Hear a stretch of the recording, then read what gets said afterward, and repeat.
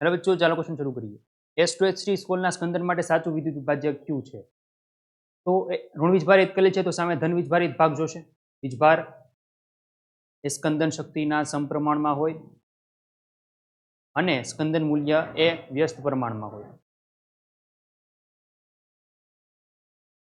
સ્કંદન શક્તિ વધુ, સ્કંદન મૂલ્ય નાનું.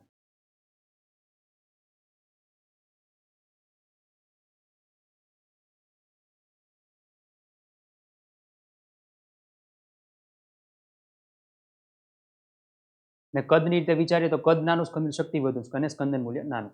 અહીંયા વીજભાર જોવો પડશે આપણે. Cu2 પ્લસ, આ +1, આ થોરિયમ છે, આ -2 છે, 2 -4, આ +4 અને આ +3. સૌથી વધારે વીજભાર કોનો છે? થોરિયમનો. તો જેમ વીજભાર વધુ, સ્કંદન શક્તિ વધુ. તો સ્કંદન માટે કોણ વધારે યોગ્ય હશે? થોરિયમ. આ જે થોરિયમનો સલ્ફેટ છે એટલે બી આપણો સાચો જવાબ થશે. Thank you.